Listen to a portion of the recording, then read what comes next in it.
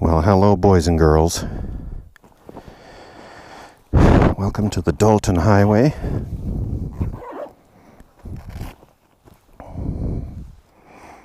Where are we? We're about mile 20.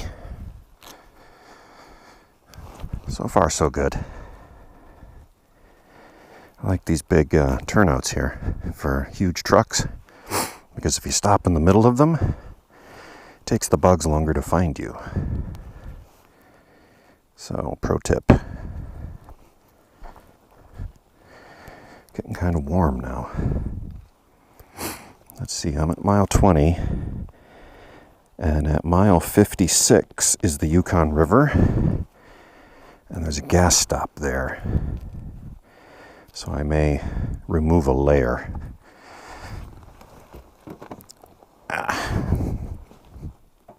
Now what about, oh, there it is.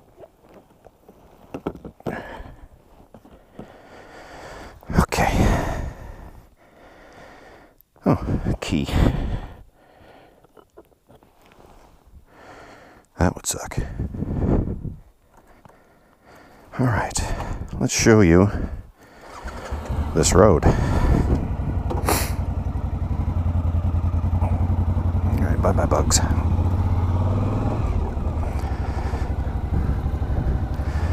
Don't be fooled. Pavement is rare.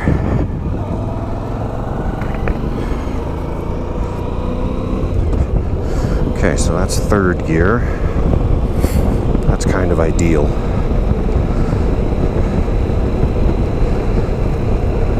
And I see the dirt coming up.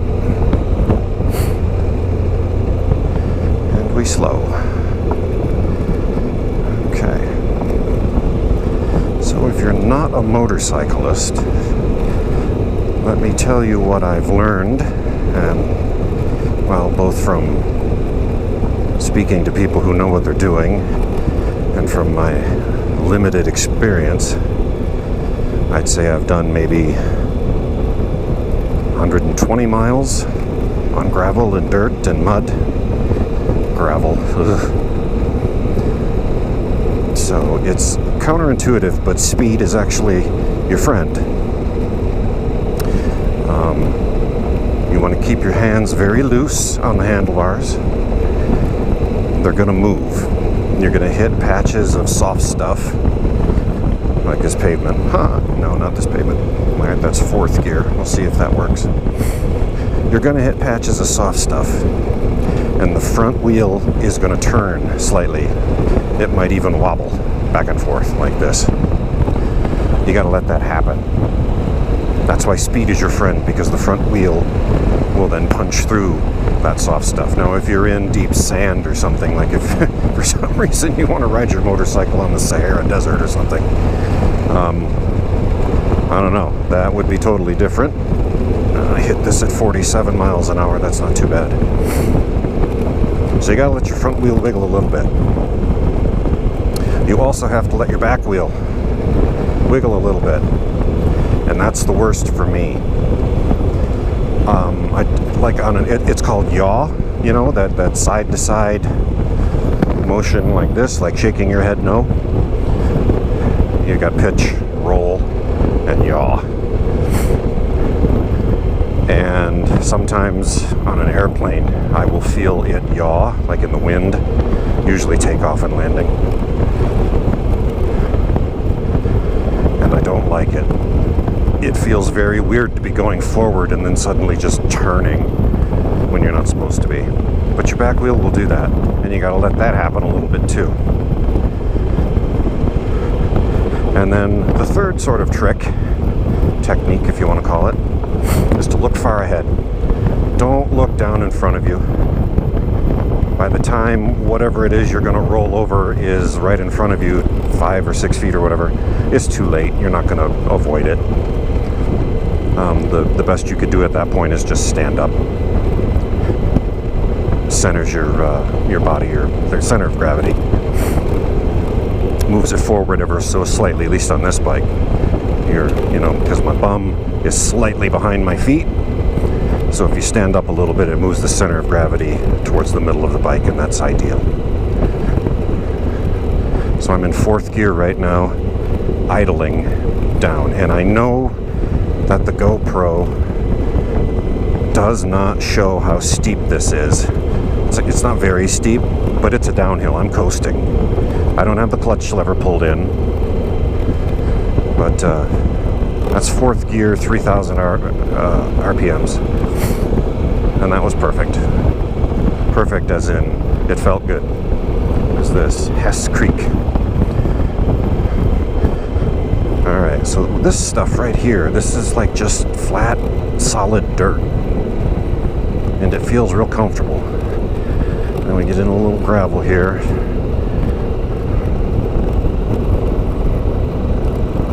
Going around corners, I'm still sort of adjusting to cornering. Because to corner a motorcycle, you lean, you counter steer, which means if you want to go left, you push left with your left hand. If you want to go right, you push right with your right hand. It turns the wheel the opposite direction that you think you want it to go. But because of the way two round objects rolling, something physics, I don't know, somebody do the equation with all the Greek stuff in it. That's how you turn a motorcycle. But on the gravel, I have not yet found a way to make that feel safe for me. I don't know, your results may vary. If you're the Epic Pro Show, you do you, man. So for me, I just slow down a little bit, look forward as far as I can, just like any other corner, and let it wiggle. Your rear end gets a little washed out, your front end gets a little squirrely, like that. And for some reason, I've managed to make corners. So, but for me, the worst part is down and a corner. Even on pavement, a sharp corner with a downhill angle is not as fun as maybe it could be. I don't know, maybe I just, I live in the middle of the continent and there's no hills, so I don't have much experience. The first time I encountered real serious downhill around a corner was in Tasmania. And that was a hell of a thing because I was on the left side of the road. And so I'm going to downshift up this little hill and incline here. Just a little lean. I'm not pushing the steering wheel. Handlebars. And we're still climbing.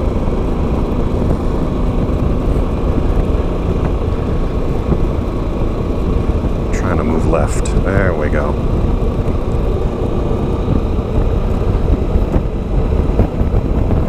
A little more. Where are we? Yukon River, 31 miles. Okay, Coldfoot 158. So 45 miles an hour roughly. Maybe let's call it 5 hours on the road, so it's 10 o'clock.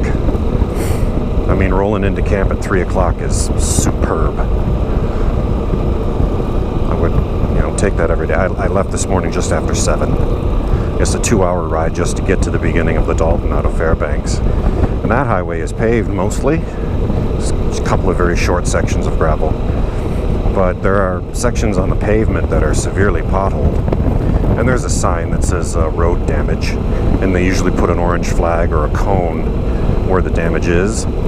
You just have to spot that from as far away as you can, check your surroundings, and see if left or right is the safe way to go around it.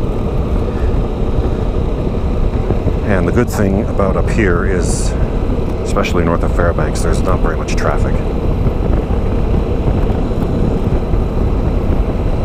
So I've lightened my load too on my bike. I took a lot of stuff off.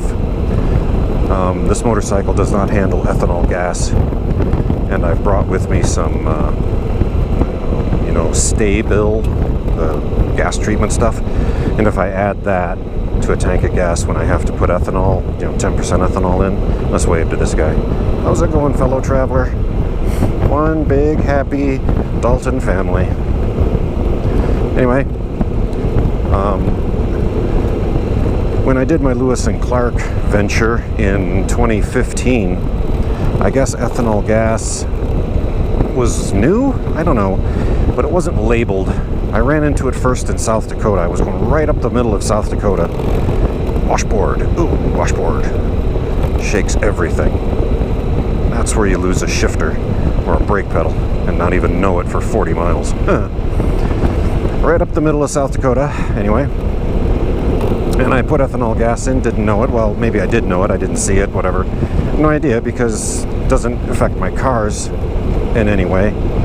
But this motorcycle hates it. And the result of that is I would be on the highway and I would let off the accelerator to coast into like an exit to get off the highway, and the engine would die. And, you know, I'm in the middle of South Dakota, stopping or something to, I don't know, take a drink of water or stretch or something, and my motorcycle dies. That's not cool. So I pulled in the clutch lever and revved it, and it would stay on. You know, the engine would stay turning over. And that was my workaround until I got to my campsite. And fortunately, that night I had service, and I was able to do some intense Googling, like, is this thing going to start in the morning? What did I do to it? You know, what is there water in it? Good grief. It's not diesel, is it? And so I learned that the older your motorcycle is, the less likely it is to enjoy ethanol gas. So they recommended Seafoam, this webpage I found, whatever, so I bought some Seafoam, and that seemed to work. I tried to pay more careful attention